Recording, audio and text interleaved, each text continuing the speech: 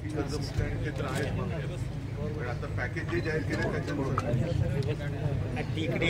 माननीय उद्धवजी बाळासाहेब ठाकरे आपल्या पिंगळी गावामध्ये आलेले आहेत. तरी सर्व शेतकरी बांधवाच्या वतीनं साहेबाचं आभार व्यक्त करतो. तसेच माननीय दानवे साहेब तसेच आमचे कार्यसम्राट आमदार डॉक्टर राहुल पाटील साहेब यांनी साहेब पहिला पाणी पडला होता मोठा त्यावेळेस 7 वाजता आमचे आमदार साहेब आमच्या गावामध्ये आलते की कोणाचं काय वाटोळं झालंय कोणाची किती हे झाले कोणी बघायला आलं नव्हतं तेव्हा आमचे आमदार साहेब आलते. तसेच मी जास्त काही बोलणार नाही फक्त पॅकेज साहेब 32,000 कोटी रुपये पॅकेज जाहीर केलं असं म्हणतात पण 32,000 कोटी कुणाला दिले याचा काही आम्हाला मेळ लागला नाही. त्याच्यामुळं मी सर्वांच्या वतीनं तुम्हाला असं आवाहन करतो की तुम्ही या पॅकेजचं काय झालं आमच्या शेतकऱ्यापर्यंत अजून तर काही पॅकेज पोहोचलेलं नाही.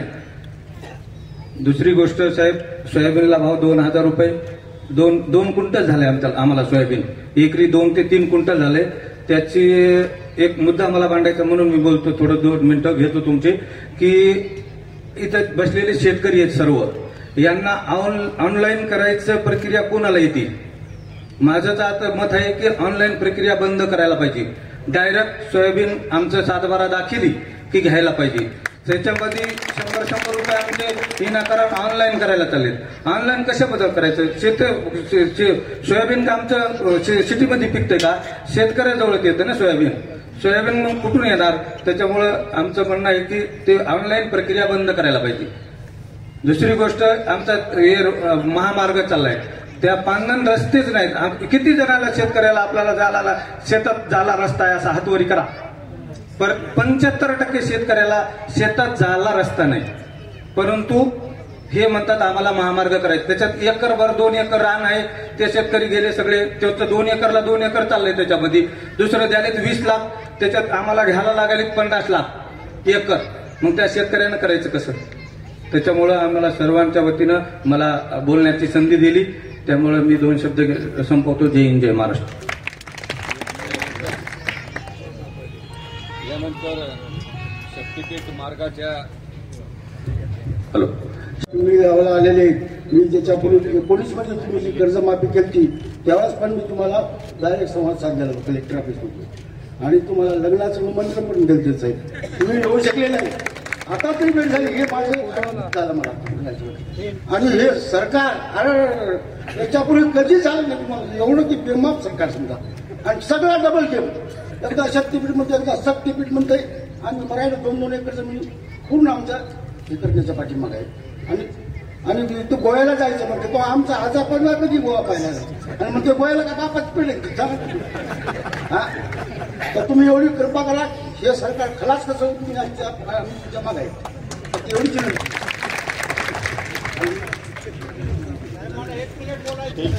या पॅकेज विषयी बोलायचं या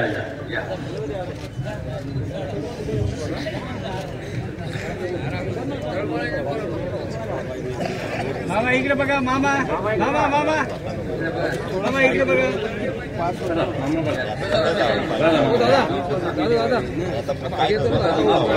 माझं नाव उंजाजी वामनराव गुरुड आहे. माझी जमीन पिंगळगडा नाल्याला 10 एकर आहे. मला आमदार साहेबांना नदी काढली तेव्हापासून साहेब मी माणसात आलो. माझे 2 मुलं अहोरात्र शेती करतात. नदी काढली पाणी उचलत आहे माझ्या शेतात. यंदा माझी 10 एकर जमीन साहेब अशी चक खरडून गेली. आता बघा मला 40 कट्टे सोयाबीन झाले. माझा ऊस आहे तिथं साहेब 3 एकर. मला चक असा वाहून गेलाय साहेब माझा ऊस. कोणीही बघायला आलं नाही. मला 1 रुपया भेटला नाही. साहेबाला माहिती आहे माझं शेत असं खरडून गेले. एवढी जमीन माझी चांगली आहे मला काही रुपया भेटला नाही. 10 एकर जमीन आता जरा 1 किलोमीटर आहे 1च किलोमीटर आहे.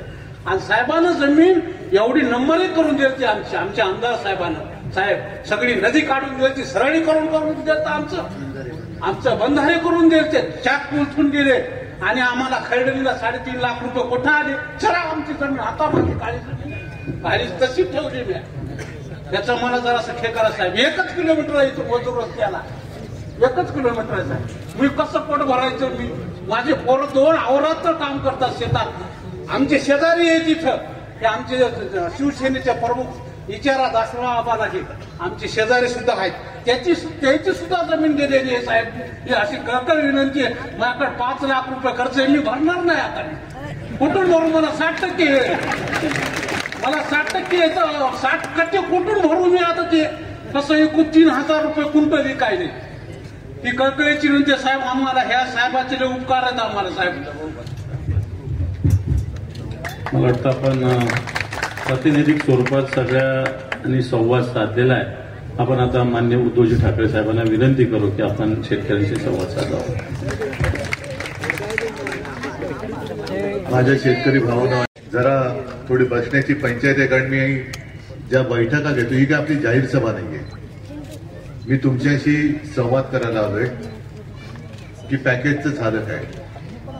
तुम्हाला कल्पना असेल की आपण छत्रपती संभाजीनगरात दिवाळीच्या आधी एक मोर्चा काढला होता आणि त्याच सुमारास या सरकारने पॅकेज जाहीर केलं. खरं हे पॅकेज सुद्धा आपल्याला तसं मान्य नाहीये. आहे का मान्य तुम्हाला? आपली मागणी जी आहे ती कर्जमुक्तीची आहे. आणि मी शेतकऱ्यांशी जे बोललो त्या शेतकऱ्यांकडनंच मी ही रक्कम जाहीर केली होती की एवढी आवश्यक आहे, ती म्हणजे 50,000 रुपये हेक्टरी. बरोबर ना? आता त्याच्यामध्ये पीक विम्याचे पैसे तर मिळालेच पाहिजेत. खरडून गेलेल्या जमिनीला सुद्धा आता माती आणायची कुठून? कारण ज्या विहिरी वगैरे आहेत त्या विहिरी तर पाण्याच्या विहिरी गाळाने भरलेल्या आहेत. जमीन तर म्हणजे जमिनीवरची माती गेली विहिरीत आणि जमीन पडली उघडी बोलली. आता राबायचं कसं? आता दादा पुढे तुम्ही जे बोललात तुमची जमीन खरडून गेली, नीटनेटकी करायला किती पैसे आणि किती दिवस लागतील? नाही, आता तुमची जी जमीन गेली एक अंदाज म्हणून पूर्ववत करायची आहे तर किती पैसे लागतील आणि किती वर्ष लागतील? म्हणजे रब्बीचा हंगाम घेऊ शकता का? नाही. किमान 3 वर्ष लागतील ती जमीन खरडून गेलेली पुन्हा सकस करायला. आता एवढं सरकारला कळत नाहीये का? मी शेती या विषयावरती बोलतोच आहे, त्याच्यासाठी आलोय. पण दुसरा जो विषय आहे तो शक्तीपीठ महामार्ग. मला प्रामाणिकपणे सांगा किती जणांना शक्तीपीठ महामार्ग पाहिजे? कोणाचंच काम नाही पुढे. कुठून पुढे जातोय हा? अरे मला वाटतं गुवाहाटी. मग इथून सुटले का थेट पळून तिकडे करतात. हे ह्याच्या मागचं काय? शक्तीपीठ नाव गोंडस आहे. कसा विरोध करणार? शक्तीपीठ आहे. मग इकडून तिकडून तो असा फिरवतात आणि असं गुंगवतात की विरोध तरी कसा करायचा? पण याच्या मागे जे कारस्थान आहे, आता राहुल तुम्ही जे बोललात की किती 86,000 कोटीने त्याची सुरुवात होणार. म्हणजे त्याचं पहिली सुरुवात नारळ फुटणार तो 86,000 कोटीवर. मग त्याच्यानंतर मी मगाशी सांगितलं की हे मला सगळं मुख्यमंत्री झाल्यानंतर कळलं. मंत्रिमंडळाच्या बैठकीमध्ये रखडलेले प्रकल्प असतात, ते मुद्दामून रखडवले जातात, त्याच्यामध्ये पैसे खाल्ले जातात आणि मग वेळ गेल्यानंतर आता एवढे पैसे कसं होणार? हे वाढलं ते वाढलं ते वाढलं मग वाढव. मग त्याला म्हणतात सुप्रमाण. म्हणजे सुधारित प्रशासकीय मान्यता, सुप्रमाण. आता ही 86,000 कोटींनी जर प्रकल्पाची सुरुवात होणार असेल तर तो जाईल 1.5-2 लाख कोटीवरती. कोणाकडे पैसे जाणार? आणि त्याच्यासाठी सिमेंट जे लागणार आहे ते सिमेंट कुठून आणणार? तुम्हाला कल्पना आहे? तुम्ही म्हणजे मी जे बोलतो नीट कृपा करून समजत राहू नका. मी जे बोलतो त्याचा अर्थ आहे. तुम्हाला इकडे रडवट ठेवलेलं आहे. जगायचं कसं हा प्रश्न पडलाय. आज काय करू? माझं उद्याचं पीक कसं करू? 5 लाखाचं कर्ज कसं फेडू? आणि तिथे मुंबईच्या जवळ कल्याण डोंबिवली नाव ऐकले? तिथे काय होतं आता एक कल्पना आहे तुम्हाला? सगळे नियम धाब्यावर बसवलेत. सगळे केंद्र सरकारने नियम बदलले. ती जमीन द्यायला सुद्धा तिथल्या स्थानिकांचा विरोध आहे. पण सगळे नियम बदलले. कशासाठी बदलले? कोणासाठी बदलले? मग तुम्हाला कळेल शक्तीपीठ महामार्ग कशासाठी आहे.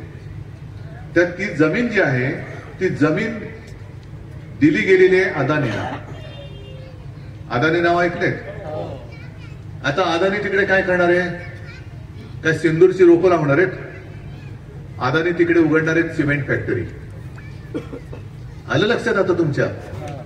म्हणजे सिमेंट फॅक्टरी कोणाची, यांच्या दोस्ताची, ती तिथल्या स्थानिकांचा विरोध डावलून तिकडे त्यांना नियम सगळे डावलून त्यांना ती फॅक्टरी देणार. म्हणजे आज सगळ्या राज्यभर जी बोंबाबोंब चालले, अजित पवारांच्या पोरासाठी सगळे नियम बदलले, नियम डावलले, इकडे तर सरकार नियम बदलूनच टाकतंय. कोणाचं सरकार? म्हणजे तिथे परत सांगतो, तिकडे जमीन द्यायची नाही म्हणून स्थानिकांचा विरोध आहे, इथे मार्ग होऊ नये, जमीन द्यायची नाही म्हणून स्थानिकांचा विरोध आहे. पण अदानी सगळे सब भूमी गोपाल की, तसं सब भूमी अदानी की, हे जे कपाळ करंट सरकार आहे, शेतकऱ्यांचं नाही, हे कॉन्ट्रॅक्टरचं सरकार आहे. आणि माझा स्पष्ट आरोप आहे की म्हणून आपलं चांगलं चाललेलं शेतकऱ्यांसाठी मी चालवत असलेलं सरकार यांनी गद्दारी करून का पाडलं? कारण मी असे चाळे यांचे होऊ देत नव्हतो. जी काही कर्जमुक्ती मी तुमची करू शकलो होतो ते थेट तुमच्या हातामध्ये, तुमच्या खात्यात पैसे आले होते की नव्हते एवढं मला सांगा. आणि ते थेट येत होते. आत्ताचे पॅकेज जाहीर केले, का थेट पैसे येत नाहीत अजून? मुख्यमंत्र्यांनी निवडणुकीच्या आधी सांगितलं होतं की भाजपचं सरकार आल्यानंतर आम्ही शेतकऱ्याचा 7-12 करू, कोरा कोरा कोरा. त्याच्या मागे सुद्धा हे गणित आहे, कारण 7-12 कोरा केल्यानंतर तुमचं नावच जाईल. मग चालेल 7-12 कोरा. बरं, 7-12 कोरा करणार तर कर्जमुक्ती कधी करणार? आता म्हणतात योग्य वेळ आल्यावरती करू. बरं, आता मला काय शेतीतलं कळत नाही बाबा. तुम्ही मला सगळे शेतकरी दार आहेत ना, किती शेतकरी तिकडे सगळे, किती जणांचे डोक्यावर कर्ज आहे? सगळ्यांचे डोक्यावर कर्ज आहे. मग मी जी कर्जमुक्ती केली होती मला काय कळत नाही. मी तर थेट तुमच्या खात्यामध्ये पैसे जमा केले होते. तुमचं कर्जमुक्त तुम्ही झाला होतात की नव्हतात? आता जे मुख्यमंत्री म्हणतात की आता ते का कर्जमुक्त करत नाहीत, कर्ज माफी, माफी हा त्यांचा शब्द आहे, कारण बँकेचा फायदा होईल. आता बँकेचा फायदा म्हणजे बँकेत पैसे न भरता कर्जाचे कर्जमुक्त कसं करणार? आणि आता नाही तर 30 जूनचा त्यांनी मुहूर्त काढलाय. मग आता जर का कर्ज माफ तुम्हाला केलं, त्यांच्या भाषेत माफ, तर बँकेचा फायदा होणार असेल, तर जूनमध्ये जर कर्जमुक्त केलं तर बँकांचा फायदा होणार नाही. कसं हे आम्हाला सांगा. पण हाही प्रश्न वेगळा आहे. जून महिन्यापर्यंत बँकांचा तगादा जो शेतकऱ्यांच्या मागे लागला, आता तुम्ही बोललात ना 5 लाख रुपये कुठून भरू, 7 लाख रुपये कुठून भरू, हा तगादा काय बँका लावण्याचं थांबवणार आहे? बरं, मग सगळ्यांनी असं ठरवलं जून मध्ये कर्ज माफ होणार आहे, तर कर्ज का परत फेडू? आहे सुटका मिळते. बँक तुम्हाला सांगते हप्ते भरले नाही तरी चालेल, जून मध्ये कर्ज माफ होणार आहे. रब्बीचं कर्ज तुम्हाला नव्याने मिळणार आहे, पुनर्गठन करणार, म्हणजे आहे ते डोक्यावर चढणारच आहे. आणि सरकारने एक ओळखले तुम्हाला की हा शेतकरी घोडा आहे, ह्याच्या कोपऱ्याला गुळ लावलं ना तर बिचारा त्याचं दुःख तो सोसतो, तो झेलतो, आत्महत्या करेल जास्तीत जास्त, पण सरकारला काही करणार नाही. हा तुमच्याबद्दलचा एक त्यांच्या मनात झालेला एक आत्मविश्वास आहे की हे शेतकरी काहीच करू शकत नाही, जास्तीत जास्त काय करतील, आत्महत्या करतील ना. झालं ना 950 आत्महत्या. जर त्याच वेळेला कर्जमुक्त केलं असतं तर हे 950चे 950 लोक आज आपल्यामध्ये असते. त्या घरच्यांना काय सांगायचं आपण? काय त्यांच्या घरी गेलो तरी तर काय बोलू काय मी त्यांच्याशी? सांत्वन तरी कसं करणार? नुसतं जीवामागून जीव जात आहे. इथून 4 किलोमीटरवरती एकाने आत्महत्या केली, दुसरी एक आत्महत्या आजच मी पेपरमध्ये वाचली. चंद्रपूर जिल्हा म्हणजे एकदम टोकाचा पूर्व विदर्भातला, तिथल्या राजुरा तालुक्यात एका यशोदा राठोड नावाच्या 68 वर्षाच्या महिलेने आत्महत्या केली. शेतकरी का? बँकेने तगादा लावला.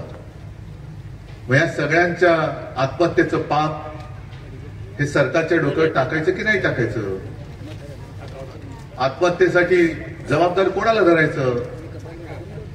जर त्याने आधी सांगितलं असतं की आमचं सरकार आलं तरी तुम्हाला कर्ज माफ करणार नाही, तर शेतकऱ्यांनी ठरवलं असतं मत द्यायचं की नाही. पण सगळीकडे जसं परभणीने एक धमक दाखवली, दोन्ही आमदार आणि खासदार आपले स्वतःच्या हक्काचे निवडून दिले. हाच किस्सा जर महाराष्ट्रामध्ये सगळ्या मतदारसंघांनी राबवला असताना तर आज हे मी तुम्हाला खात्रीने सांगतो, हे गेलेले सगळे जीव आज आपल्यामध्ये उपस्थित असते. कारण मी येताना काय वेळेला आता गाडीमध्ये काय करायचं, मग आपल्या पंतप्रधानांनी सांगितले बिहार में क्या हुआ, रील बनाने की इंडस्ट्री. सगळे रील बनवत असतात, मग आम्ही पण रील बघत असतो. मग त्याच्यामध्ये मुख्यमंत्र्यांचं एक रील दिसलं की त्यांनी त्या प्रशासकीय सेवेमध्ये जे आता ज्यांची सेवा सुरू होणार त्याच्यामध्ये त्यांनी सांगितलं की तुमच्या मनात काय, तुम्ही सेवेमध्ये काय करणार आहे हे तुमच्या मनामध्ये स्वच्छ पाहिजे. पहिलं तुमच्या मनात, मुख्यमंत्र्यांना विचारायचं तुमच्या मनात तरी स्वच्छ आहे का? म्हणजे भ्रष्टाचार करू नका. आणि तुम्ही तुमच्याकडे भाजपात आले तर सगळ्यांनी भ्रष्टाचार करायचा. म्हणून मी सगळ्या मुख्यमंत्र्यांना विचारलं की महाराष्ट्रातले सगळे शेतकरी भाजपात आले तर तुम्ही त्यांचं कर्ज माफ करणार आहात का? हा पक्षपातीपणा कशासाठी? आणि जे पॅकेज त्यांनी जाहीर केलं 31,800 कोटी जाहीर करताना छान भाई त्यांच्याकडे कला आहे. तुमचा खिसा कापला तरी एकदम एवढ्या साळसूतपणाने कापतील की तुम्हाला खिसा कापला तरी गुजगुली होईल. तसं त्यांनी ते पॅकेज जाहीर केलं 31,800 कोटी. आता त्यांनी ठीक आहे आपली मागणी आहेच त्याच्याबद्दल तर बोलायचंच आहे, पण निदान त्यांनी दिलेल्या पॅकेजमध्ये आहे तरी काय? एक तर त्या 31,800 कोटीमध्ये 2200 कोटी पहिलेच येते. नंतर जे काही केलेलं आहे त्यांनी मुद्दामून मी बातमीच वाचून दाखवते.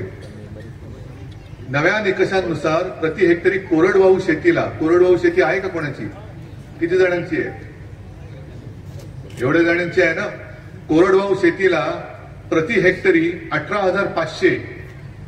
किती जणांना मिळाले 18,500? हा, बागायती शेती आहे कोणाची? बागायती शेतीला प्रति हेक्टरी 27,000 मिळाले. 2700 तरी मिळाले का? 27 रुपये पण नाही. बहुवार्षिक शेती, बहुवार्षिक शेतीला 32,500 मिळालेत कोणाला? बरं ठीक आहे, तरी सुद्धा याची खोड जर का आपण केली, आता परत मी सांगतो मला शेतीतलं काय कळत नाही. किती एकर म्हणजे किती हेक्टर म्हणजे किती एकर, किती गुंठे म्हणजे किती एकर, मला काही कळत नाही. कारण मला कळून घ्यायची गरज पण नाही. मला शेतकऱ्याचं मन कळते, त्याला आनंदात तो हसला की मला कळलं सगळं. बाकी काय करायचंय मला? मग खत किती टाकायचं, बियाणे कसं पेरायचं नाही कळत मला. पण ह्याची जर का फोड केली तर ह्यानुसार जर का केली तर कोरडवाहू शेतीला प्रति गुंठा 185 रुपये मिळाले ना. खूप मिळाले का हो? हा, कोरडवाहू शेतीला प्रति गुंठा 185 रुपये, बागायती शेतीला 270 रुपये, बहुवार्षिक शेतीला 325 रुपये. अरे एवढी मदत मिळाली तर सोन्याची कौलं नाही चढवणार तुम्ही घरावर? काय तुम्ही लोक खोटं बोलता? हा, हे सरकार दगाबाज म्हणतो ते एवढ्यासाठी. एक तर मदत द्यायची ती सुद्धा अशी, आणि ती सुद्धा द्यायचीच नाहीये. म्हणजे मी सहज विचारतो, तुम्हाला विचारतो, प्रत्येक दिवशी दर एका दिवसाची शेतमजूरी किती असते? 500 रुपये. 500 रुपये रोज दर माणशी, तेच ह्याच्यामध्ये लिहिलेलं आहे. तरी सुद्धा मी याच्यावरती विश्वास न ठेवता लिहिलेल्यावरती तुम्हाला विचारलं. 500 रुपये जर एका दिवसाला शेतमजूर एका माणसाची असेल तर हे तुम्हाला 185 रुपये प्रति गुंठा, 270 रुपये प्रति गुंठा, 325 रुपये प्रति गुंठा. हा, हे काय दररोज नाही मिळणार आहेत तुम्हाला. एकदा दिलं का राम राम पाहुणं. जा तुम्ही तुमच्या घरी, आम्ही आमच्या घरी. बरं पीक विम्याचे पैसे किती लोकांना मिळाले? बरं तुमच्या नुकसान भरपाईसाठी जे काही ट्रिगर होते ते ट्रिगर आत्ता आहेत, त्या ट्रिगरनुसार तुम्हाला नुकसान भरपाई मिळणार का? म्हणजे एकच ट्रिगर ठेवलंय, योग्य वेळी पीक कापणी. आता हे सरकारचं कापणी करायला पाहिजे, सरकार कापणी. कारण हे दगाबाज सरकार आहे, म्हणून आम्ही त्याला दगाबाज म्हणतोय. काय आम्हाला सत्ता मिळाली नाही म्हणून मी काय तर आम्ही आमचं काहीतरी जीव चाललाय अशातला भाग नाही. पण माझा जीव जळतोय कारण माझा शेतकरी आज तडफडतोय, म्हणून माझा जीव जळतोय. नाही तर मला काय हौस आहे, काय निवडणूक आहे? तुम्ही दिला ना, माझा राहुल निवडून दिला, तिकडे बंडू निवडून दिलेले, झालं माझं काम. पुढची निवडणूक येईल तेव्हा मी येईन. पण मी म्हणजे काय राजकारणी नाहीये. आज सत्ता असती तर तुमच्यावरती अश्रू ढाळण्याची वेळ मी येऊच दिली नसती. पण आज हातामध्ये काही नाही, तरी सरकारला त्यांनी जे काही केलेलं आहे, दिलेलं आहे ते तर द्यायला लावलंच पाहिजे. पण तुमची कर्जमुक्ती करायला सरकारला आपल्याला भाग पाडावंच लागेल. म्हणजे आज शक्तीपीठाचा जो विषय आहे, मगाशी कुठे होतो आपण अहमदाबाद सकाळी, तिथल्या शेतकऱ्यांनी सांगितलं तो स्वातंत्र्य सैनिकाचा मुलगा आहे. वयोवृद्ध आहेत ते पण, कळमनुरीमध्ये. आणि त्यांनी सांगितलं मला, ते त्यांनी क्लिप दाखवली फोन मधली, की पोलीस कसे अत्याचार करतायत. आता पोलीस अत्याचार करतात म्हणजे त्यांना वर्ण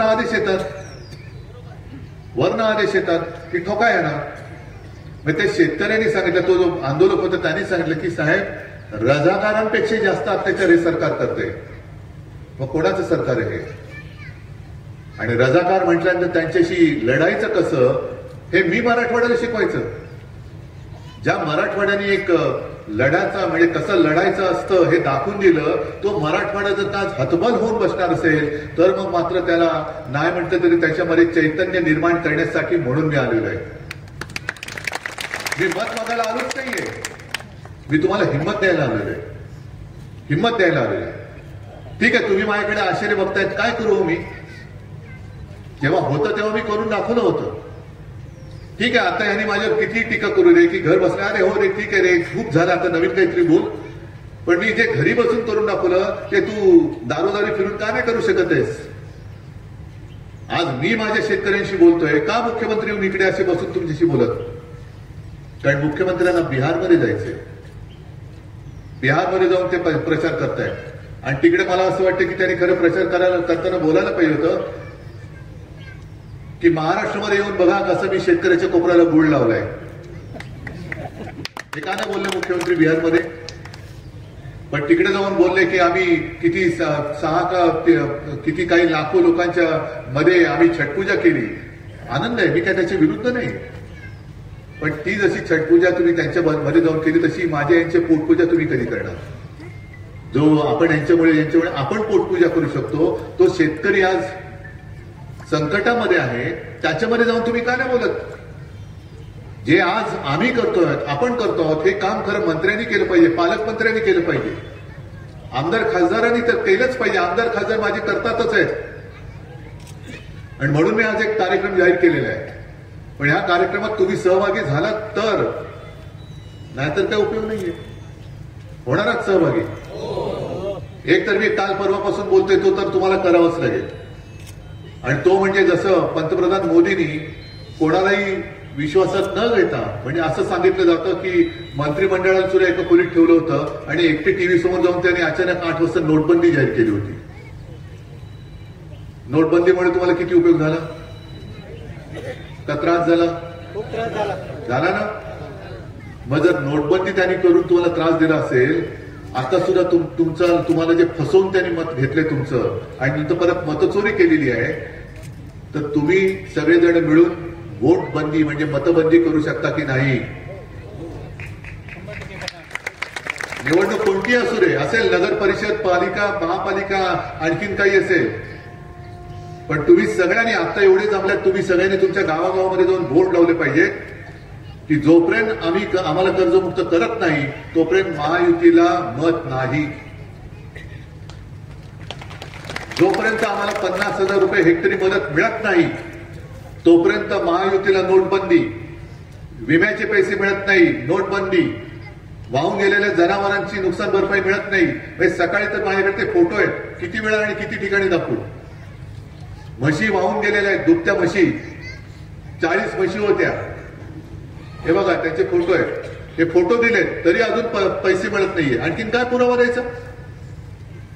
पुरावा पाहिजे ना. आता तर आणखीन मी ऐकलं की ते सोयाबीनचं वगैरे तुमचं काय केवायसी वगैरे, आम्हाला केबीसी माहितीये, कोण बनेगा करोडपती, हे केवायसी.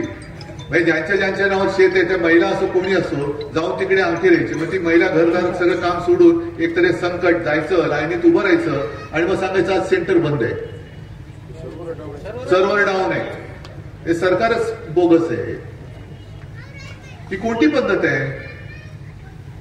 आणि म्हणून मी तुम्हाला जे सांगतो ना की विम्याचे पैसे मिळत नाही तोपर्यंत वोट बंदी, कर्जमुक्ती होत नाही तोपर्यंत वोट बंदी, नुकसान भरपाई सगळ्याची, जनावरं वाहून गेलेत, कोंबड्या वाहून गेल्यात. बरं, ज्यांची घरं वाहून गेले असे कोणी आहेत का इकडे?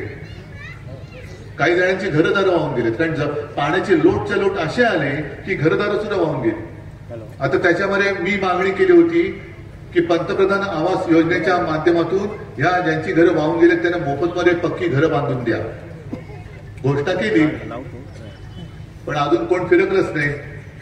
बरं, तुमच्या सगळ्या शेतकऱ्यांना मी विचारतो, तुमचे जागेचे आणि नुकसानीचे पंचनामे तरी झालेत का? बरं, ज्यांचे पंचनामे झाले त्यांना मदत तरी मिळाली का? मग दुसरा कार्यक्रम तुम्हाला देतो, करणार? अरे झोन नसेल तर काय करू? करणार असाल तर सांगतो, दगाबाज सरकारचा पंचनामा आपण करायचा. आमच्या नुकसान भरपाई नुकसानीचा पंचनामा करायला सरकारला वेळ नाही ना, तर मग माझा प्रत्येक शेतकरी आता दगाबाज सरकारच्या कारभाराचा पंचनामा केल्याशिवाय राहणार नाही. जाऊन बसा, ज्यांच्याकडे हे अधिकार आहेत पंचनामे करण्याचे, ज्यांच्याकडे अधिकार आहेत त्यांच्या कार्यालयात जाऊन ठिया देऊन बसा. आणि रोज मला त्यांच्याकडनं यादी पाहिजे की त्यांच्या अखत्यारीमध्ये, त्यांच्या सर्कलमध्ये किती शेतकरी आहेत, किती शेतकऱ्यांच्या जागेवरती जाऊन तुम्ही पंचनामे केलेत, किती पंचनामे केलेल्या शेतकऱ्यांना नुकसान भरपाई मिळाले, याची रोज यादी तो तहसीलदार असेल, तलाठी असेल, बीडीओ असेल, जिल्हाधिकारी असेल, कोणी असेल त्यांनी त्याच्या ऑफिसच्या बाहेर लावलीच पाहिजे. ह्याला म्हणतात दगाबाज सरकारचा पंचनामा. आणि जिथे आपले आमदार आहेत, खासदार आहेत, हे तुमच्यासोबत येतीलच, पण प्रत्येक शिवसैनिकाने गेलं पाहिजे आणि शेतकऱ्यांनी जाऊन तिकडे बसलं पाहिजे, तर हे सरकार वाटणीवर येईल. विमा कंपन्यांवरती मोर्चे मागे पण आपण काढले, की याही वेळेला काढू, पण हे जे सगळे आहेत ज्यांना फिरकायला सुद्धा वेळ नाहीये त्यांच्या तिकडे जाऊन ठिया देऊन बसलं पाहिजे. आणि जाताना एक काम करायचं, आता मगाशी त्यांनी जो शब्द वापरला तो शब्द त्यांनी वापरत नाही, तसा शब्द वापरायचा नाही, कळलं ना? जाऊन त्यांना हात जोडून विनंती करायची की दादा हो, आम्ही आलेलो आहोत, आमच्या जागेचा पंचनामा, जे काही नुकसान झालेलं त्याचा पंचनामा आपण केला पाहिजे, आणि जर केला असेल तर त्याची नुकसान भरपाई सरकारने जाहीर केली ती आम्हाला मिळाली पाहिजे. आणि ती मिळत नाही तोपर्यंत आम्ही तुम्हाला काय मारहाण नाही करणार, शिवीगाळी नाही करणार, पण तोपर्यंत आम्ही तुम्हाला घरी जाऊ देणार नाही. तुमच्या जेवणाची सोय आम्ही करतो, डबा घेऊन जायचा. आणि डबा कसा न्यायचा, तर काल मला एका आजीने दाखवले तांदूळ, सडलेले तांदूळ, किडलेले गहू, हायब्रिड, त्याच्यानंतर सगळे काय काय काय काय सगळं, त्याच्यात अन्न शिजवून त्याला जेवण छान डबा घेऊन द्यायचा. जेव बाबा, इकडे 2 नाही 4 घास खा, पण आमचा पंचनामा कर, चल आमच्या बरोबर चल, पंचनामा कर. आता तुम्ही सांगता ना इथून 1 किलोमीटरवर आहे, घ्या जा, घेऊन जा त्याला. हे जोपर्यंत आपण करत नाही ना तोपर्यंत तुम्हाला कोण दाद नाही देणार. सरकार कोणत्या पद्धतीने चालवलं जात आहे. अंबादास दानवे आपले विरोधी पक्ष नेते होते, झाली मुदत संपली, मुदत संपून आता झाले महिने, तरी अजून ना आपल्याला विधानसभेचा विरोधी पक्ष नेतेपद देत आहेत, ना विधान परिषदेचा अजून जाहीर करतायत. का विधानसभेचं का नाही देत, तर तुमचं संख्याबळ नाही म्हणून तुमचं संविधानात तशी काही सोय नाही असं ते म्हणतायत. ते खरं का खोटं हेही त्यांना माहिती. मग संविधानात तशी तरतूद विरोधी पक्ष नेतेपदासाठी असेल तर संविधानामध्ये उपमुख्यमंत्रीपद कुठे लिहिले हे तरी मला दाखवा. पण एक सुद्धा उपमुख्यमंत्रीपद हे संविधानिक पदच नाहीये. हे काय ते अनर्थ मंत्री, जे परवापासून मी बोलत होतो अनर्थ मंत्री झाला ना, अनर्थ बाहेर आला की नाही त्यांचा. आणि दुसरे ते नगर भकास शक्तीपीठवाले, दाढीवाले, आणि तिसरे आहेत ते गृहमंत्री आहेत. पण ते गृहमंत्री म्हणण्यापेक्षा त्यांना मी गृहकलमंत्री म्हणतो, कारण पक्षापक्षात भांडणं लावायची, घरामध्ये भांडणं लावायची. जशी लाडकी बहीण योजना आहे, निवडणुकीच्या वेळेला सरसकट सगळ्या बहिणींना 1,500 रुपये दिले होते, 2-2, 3-3 महिन्याचे हप्ते दिले होते ना, 7,500. आता गेल्या महिन्याचा आज, आणि त्याही बाबतीत जाब विचारला पाहिजे की निवडणुकीत जाहीर केलं होतं की 1,500 नाही, सरकार जर आलं परत तर 2,100 रुपये देणार. कुठे 2,100 रुपये? आता त्याच्यातले घोटाळे बाहेर येत आहेत. काही हजार नावं त्यांनी बहिणींच्या नावाखाली बाप्यांची टाकलेली आहेत. कोणी खाल्ले पैसे? आणि हे कमी पडते की काय म्हणून आता नवीन नियम काढले असं मी ऐकलं की कुटुंबातील आता फक्त 2 जणींनाच लाडक्या बहिणीचा लाभ मिळेल. बरोबर आहे की चूक आहे? आणि या दोन नावं कोणी द्यायची? कुटुंब प्रमुखाने. आता आपली कुटुंब जॉईंट फॅमिली असते, मोठी कुटुंब आहेत, आणि त्याच्यामध्ये मोहनराव भागवतांनी सुद्धा सांगितले की जास्तीत जास्त अपत्य पैदा करा. नाही, हे मी त्यांचंच सांगतोय वाक्य, माझी नाही तुमची. आणि मी कोणत्याही चुकीच्या बोलत नाहीये, आहे ही वस्तुस्थिती आहे. मग एका घरामध्ये एक आई आणि 3 मुली असतील, सासूबाई आणि 2-3 सुना असतील, मग त्यातल्या 2 जणांची नावं कोण देणार? कुटुंब प्रमुख. म्हणजे घरामध्ये वाईट कोण होणार? कुटुंब प्रमुख. आमचं काय नाही बाबा, यांनी सांगितलं त्याला मी दिलं, मी काय करू? म्हणून मी त्यांना गृहकला मंत्री म्हणतोय. ही सगळी दगाबाजी आपल्याशी सुरू आहे. या दगाबाजीला दगाबाजीनेच उत्तर द्यावं लागेल आणि ते देण्यामध्ये काही गैर नाहीये. हा परत एकदा सांगतो, निजामाशी लढलेला हा मराठवाडा आहे आणि त्यांच्यापेक्षा जास्त वाईट पद्धतीने सरकार वागत असेल तर तुम्ही पहिले तुमच्यातले सगळे जात पात धर्म पक्ष बाजूला ठेवून शेतकरी म्हणून एकवटा. शेतकरी म्हणून एकवटा. नाहीतर चालूच आहे. मी आता येताना बघतोय शेतकरी तुम्ही सगळेजण तुमच्या कामाला लागलेच आहात.